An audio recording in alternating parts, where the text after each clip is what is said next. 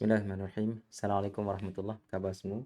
InsyaAllah dalam video ni kita nak update sedikit berkenaan dengan market, khususnya market kripto. So jangan ke mana-mana, jumpa lagi selepas ni insyaAllah.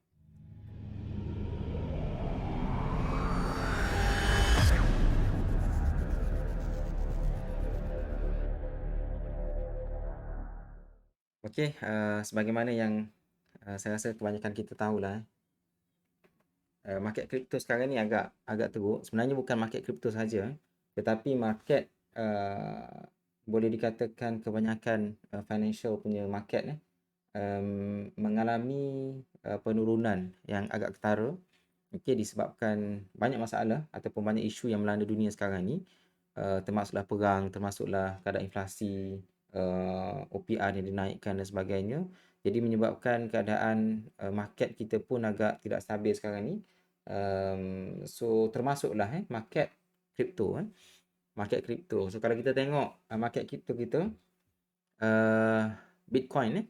So Bitcoin dalam minggu lepas ataupun minggu lepas lah ataupun minggu ni. Minggu ni bermula pada bila ni? Bermula pada 6 Mei, lebih kurang 2 minggu lepas. So dalam 6 Mei berlaku satu penurunan yang agak ketara di sini. Okey, sekarang kita besarkan sedikit.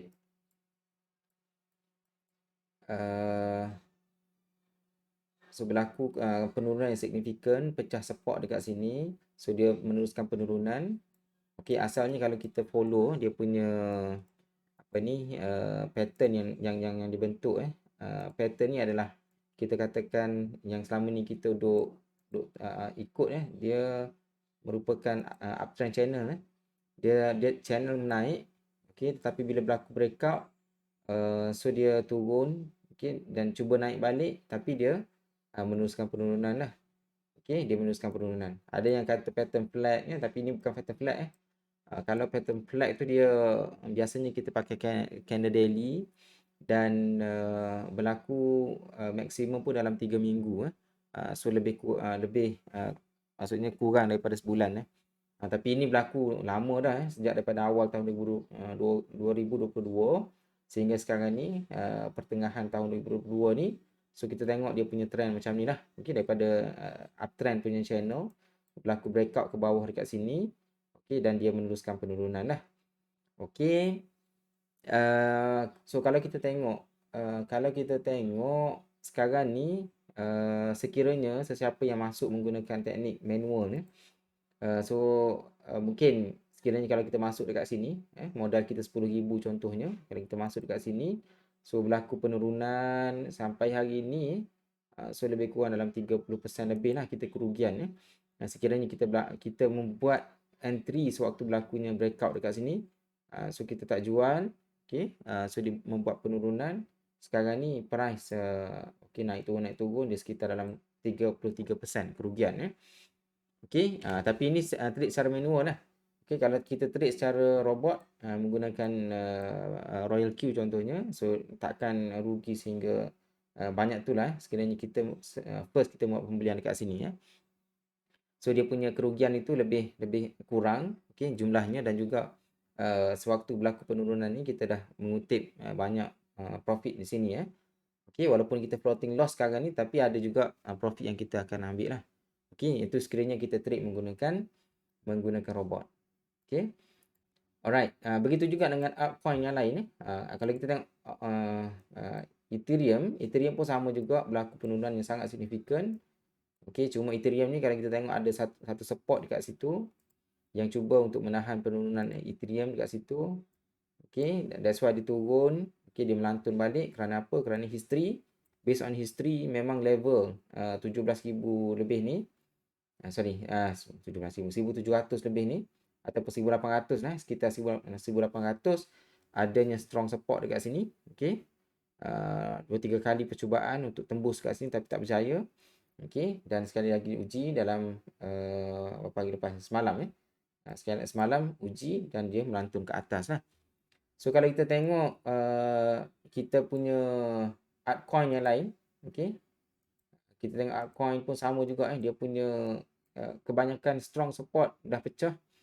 Okey, kita tengok AVAX, ada pun sama So, strong support yang selama ni mungkin menjadi harapan untuk kembalinya untuk apa ni, coin-coin ini melantun di arah tersebut, tapi kebanyakannya dah pecah ke bawah lah. Okey, tapi hari ni nampak macam market sedang membuat comeback. Okey, cuba untuk kembali membuat kenaikan. Tetapi kalau kita tengok volume dibandingkan dengan volume hari-hari yang sebelumnya, okey, kalau kita belajar price volume price analysis, volume yang ada setakat ini kalau kita rujuk dalam Binance, okey, volumenya tak signifikan berbanding dengan uh, hari-hari sebelumnya, iaitu hari yang membuat penurunan ni. Okey, kita tengok hari yang buat penurunan ni, dia punya volume ni tinggi-tinggi. Okey, cuma hari ni lah yang 10 Mei cuba naik balik tapi tak berjaya. So hari seterusnya dia meneruskan penurunan dengan volume signifikan kat situ. Cuma hari ni 12 Mei berlaku doji dekat sini Maksudnya ramai investor ataupun trader yang indecision dekat sini. Ada yang cuba untuk masuk untuk menahan daripada harga meneruskan penurunan, ada yang melepaskan pegangan Jadi dia berlaku apa yang kita kata sebagai indecision ataupun tidak ada ketetapan Tidak ada orang kata sesiapa yang berjaya sama ada seller ataupun buyer Dan ini menjadi satu indikator bahawa itu adalah kawasan di mana berlakunya support yang mana kalau kita tengok BTC contohnya, walaupun sebelum ini area ini tidak ada orang kata support previous support itu tak ada yang signifikan sangat jom kita tengok adalah sekitar berapa ni, sekitar 29 sekitar 29,000. Okey. Tapi sebenarnya dia dah pecah dah semalam tapi dia kembali naik. Jadi maksudnya sekarang ni kalau kita tengok yang previous based on history so mungkin area di situ adalah area yang agak strong jugalah So sekarang ni BTC sedang bertahan untuk menahan penurunan daripada harga 29K ni. So dia cuba untuk tolak ke atas Tetapi kalau kita tengok dia punya momentum masih lagi tidak kuat Okey, tapi sekarang ni kalau kita tengok market ada lagi 17 jam. Okey, 17 jam market di Binance Binance ada 17 jam lagi. So kalau kita ambil masa berapa 8, 16, 24. 8, 16, 24. Maksudnya 1/3 lagi. Okey, kalau kita darab volume yang ada sekarang ni pun 3 kali ganda. So mungkin dalam sekitar situ saja. Tetapi sebagaimana kita tahu market crypto ni dia aktif pada waktu malam di Malaysia. Okey, waktu malam di Malaysia, di negara Eropah dan juga di negara-negara barat waktu tu tengah siang waktu kita malam dia siang, waktu itulah aktif market. Okey, so kita menjangkakan sekiranya volume ini tinggi. Okey, volume ini tinggi dan mengatasi ataupun lebih kurang saja dengan volume-volume yang hari sebelumnya ataupun kita harapkan lebih tinggilah. Malam ni lah volume ni kita jangkakan akan masuk. Sekiranya volume ni tinggi dan candle yang terbentuk ni adalah candle Marubozu, okey, ataupun candle yang maksudnya hijau ke atas lah, okey, maka ia menjadi indikator reversal menjadi indikator ataupun memberi signal berlakunya kemungkinan berlaku reversal kemungkinan berlaku reversal. Okey, so kalau kita tengok RSI pun dia telah memasuki area oversold. Okey, berlaku area oversold dekat sini. That's why mungkin sebab itulah ramai di kalangan trader yang cuba membuat entry dekat sini. Okey, dengan harapan Bitcoin kemungkinan akan meneruskan kenaikan akan meneruskan kenaikan. Okey, sebab kalau kita tengok history pun memang begitulah. Okay, walaupun sebenarnya kita jangka dalam 20K dekat sini area yang strong support sebenarnya dalam 20K. Okey, sorry 20K, 30K sekitar 30K tu bersama dengan arah psikologi 30K Tetapi dia walaupun dia berlaku lantunan dekat sini agak strong pada 9 dan juga 10 Mei ni, kalau kita perhati dalam chart kalau sesiapa yang mengikuti chart ini real time, kita akan rasa memang dia tak sukar untuk lepas 30K ni. Tetapi somehow ada buyer yang menolak jugalah. Okey, yang menolak kembali, yang meneruskan jualan itu, tekanan jualan itu terlalu tinggi menyebabkan area 30K ni telah terpaksa dipecahkan ataupun dipecahkanlah. Okey, dan sekarang ni area berapa ni? Dalam sekitar 29K lah. Okey, area 29K ni. Dan juga kalau kita tengok history pun sebenarnya ada beberapa lantunan dekat situ lah. Okey, 29K ni. Kalau kita tengok sini sekali tak lepas, dua kali dia cuba tak lepas, tiga kali tak lepas. And then di sini area 30K, sini 39K. And then di sini dia menguji sekali lagi tak berjaya lepas dan dia membuat kenaikan. So kalau kita tengok sini, kita katakan kalau kita tengok dari segi teknikal analisis, okey, sekiranya harga turun, nampak tak dia punya RSI ni memasuki kawasan oversold. Okey, so kalau kita pasang kita punya Bollinger Band pun, sebenarnya price ini berlega di sekitar lower band. Sesiapa yang follow saya pernah cerita tentang teknik BBRSI ataupun Bollinger Band relative strength punya index. Teknik tersebut kita ini adalah antara waktu yang kita tunggulah. Waktu yang kita tunggu, tetapi bukan maksud saya kita boleh masuk terus tetapi kita menanti okey berlakunya signal reversal. Okey, tapi buat masa sekarang ni saya katakan yang volume dia agak lemah lagi. Okey, tidak menunjukkan signal reversal. So tak mustahil juga candle hijau ini akan bertukar menjadi merah dan dia akan meneruskan penurunan. Tak mustahil. Okey, tak mustahil. Kenapa? Disokong lagi dengan keadaan volume yang masih melemah sekarang ni, walaupun berlaku hijau candle ini, tetapi buyer yang masuk ini bukan buyer yang orang kata kuat lah untuk menolak harga ke atas. Okey, ditunjukkan dengan volume yang melemah di sini. Walaupun RSI ni memasuki kawasan oversold, okey, dan dilihat untuk momentum itu ingin dibina, okay, tetapi volume masih lagi melemah lah. So kita harapkan kalau malam ini, okay, waktu tengah malam, waktu kita tidur contohnya kan, so jangan terkejut lah sekiranya volume ni datang tiba-tiba dan candle ini bertukar menjadi candle Marubozu sebagaimana yang sebelum-sebelum ni nampak candle seperti ini. Okay, so jangan terkejut lah. Dan waktu ini waktu yang sesuai lah untuk membuat entry. So saya bukan memberi buy call. This is saya rasa saya kena strict dengan benda ni. This is not buy call, so trade on your own risk lah. Saya just sebut tentang technical analysis yang mungkin tuan-tuan semua boleh consider berkenaan dengan market crypto.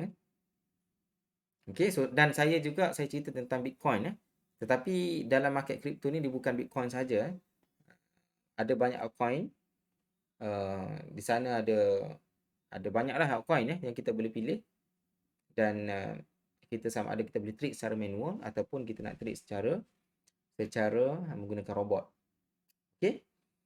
Satu benda lagi saya nak sebut. Mungkin ada di kalangan kita yang belum mengetahui satu benda. Okay, yang mana sebelum ini Elon Musk, okay, yang ni spekulasi sajalah.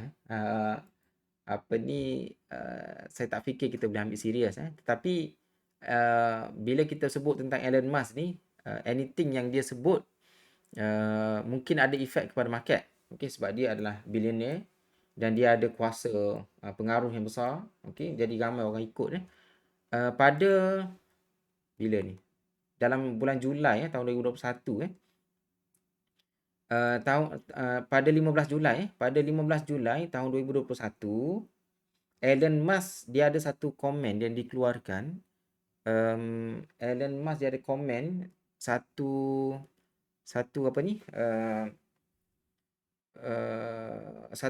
entry lah satu apa dipanggil tweet lah daripada Michi Lumin ini. Okey, Elon Musk dia reply kepada message ini dengan satu turutan nombor. Okey, turutan nombor ni dan masyarakat dalam tweet dalam Twitter dia bincangkan apa maksud di sebalik nombor-nombor ni. Okey, so ada yang kata ni nombor ada yang kata nombor apa ni? Nombor ekor lah.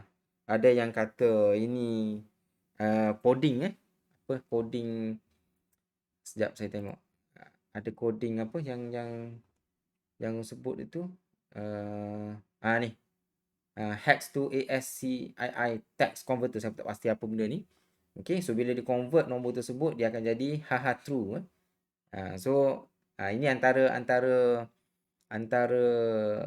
ulasan lah yang dikemukakan oleh warga Twitter. Okey. Cuma kalau kita tengok nombor ni yang menariknya nombor 48, 61, 68 ini waktu Elon Musk tweet ini, okey, pada 15 kan, 15 Julai. Okey, pada 15 Julai Elon Musk tweet dekat mana 15 Julai 2021. Okey, dekat sini. Sekejap 15 Julai dekat area sinilah. Okey. Dekat situ. Okey, waktu Elon Musk tweet ni, okey. So semua duk komen lah apa maksud dia so 48, 61, 68 ini, okey, yang saya kata yang magicnya, siapa yang berlaku kan kita kata tadi Elon Musk ni mempunyai pengaruh yang besar. So bila dia tweet macam ni, kita tengok kepada market kripto saya tak kata benda Elon Musk ini dia komen berkenaan dengan market kripto tetapi apa yang berlaku kepada market kripto so itu yang kita nak tengok okey, sebelum tu kita rehat dulu. Saya nak tunjuk transition yang saya buat okey, jumpa lagi selepas ini insya-Allah.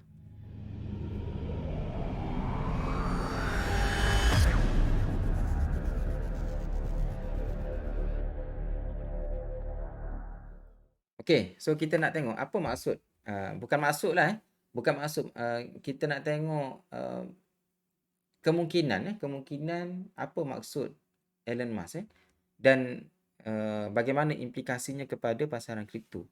Okey, so kita tengok dekat sini 48, 61, 68. Okey, so nilai yang tertinggi dalam nombor ni adalah 68 68. So kita buka chart Bitcoin. Dia tweet pada 15 Julai kan. Okay. So selepas dia tweet itu, apa yang berlaku, harga turun sekejap and then dia membuat kenaikan. So apa yang berlaku di puncak, kita tengok apa puncak dia.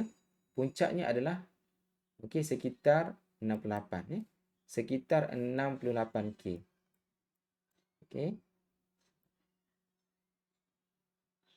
Dekat situ lah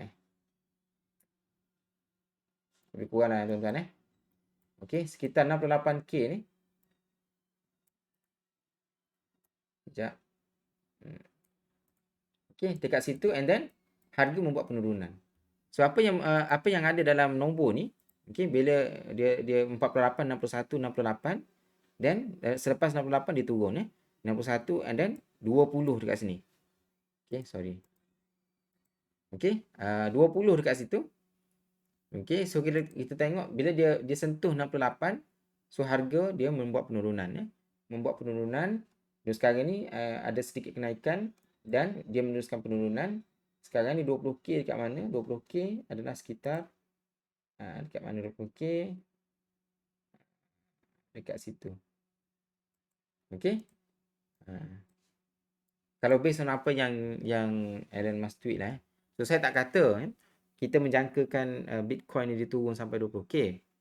Okey, tetapi ada warga apa ni Twitter dan juga warga internet lah yang komen dan juga melihat kepada perkara tersebut lah. Okey, apa yang berlaku kepada pasaran kripto, khususnya kepada Bitcoin terhadap apa yang disebutkan oleh Elon Musk. Okey, so kita dari segi teknikalnya 20K ni ialah dia arah psikologi, tetapi wallahualam lah, sekiranya dia membuat penurunan, meneruskan penurunan di sini, so tak mustahil lah sebenarnya harga nak meneruskan penurunan ini sehinggalah sampai 20K. Kita kata tak mustahil. Okey, tak mustahil lah. Anything can happen. Okey, tetapi kita tengok hari ni, sekiranya berlaku reversal kat sini, kemungkinan dia akan tolak harga ke atas lah. Okey. So ini sekali lagi saya ulang ini bukan buy call. Okey, tidak ada sebarang buy call. So trade at your own risk lah. Okey, pastikan kita tahu risiko-risikonya. Dan kita trade dengan ilmu. Okey, yang penting jangan kita tinggalkan market waktu market tengah bearish ni. Cari peluang. Okey, perhati rapat, cari peluang sekiranya terdapat potensi ataupun terdapat signal yang berlakunya reversal, dan mungkin waktu itu kita boleh membuat entry dan seterusnya kita boleh ride the trend lah. Okey, just imagine tuan-tuan sekiranya kita membuat entry dekat sini, sekiranya kita membuat entry dekat sini, okey, di sini dan price ni membuat kenaikan dan kenaikan, okey, untuk dia sampai ke next support next strong resistance dekat area situ ataupun kat sini pun, okey, kemungkinan dah dapat 30%. Sekiranya dia membuat reversal dan dia tak membuat penurunan kembali lah dan kalau sekiranya dia naik lagi sampai 50%, dan tak mustahil dia boleh mencapai 100% lah. Okey. So kalau kita tengok based on history previous resistance, the highest all time high dia adalah pada 68 sekitar 68,000 USD so itu potensi lah potensi yang kita mungkin boleh fikirkan, walaupun sekarang ni saya tahu ramai di kalangan kita yang terlekat di puncak.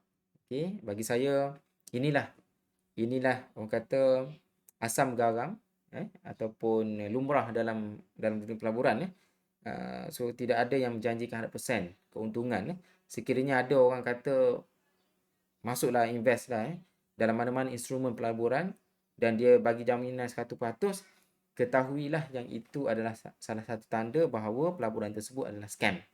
Okey, so inilah market inilah market yang realiti semua orang kena sedar bahawa ada masa yang market akan membuat penurunan dan ada masa market akan membuat pergerakan kenaikan ataupun bullish lah. Okey, saya kira itu saja komen saya berkaitan dengan market. Tidak ada sebarang buy call sekali lagi. Okey, pastikan kita trade menggunakan ilmu dan sekali lagi saya pesan jangan tinggalkan market. Tunggu peluang untuk kita grab sekiranya peluang tersebut datang So wallahu alam. Terima kasih tuan-tuan. Assalamualaikum warahmatullahi wabarakatuh. Jumpa lagi.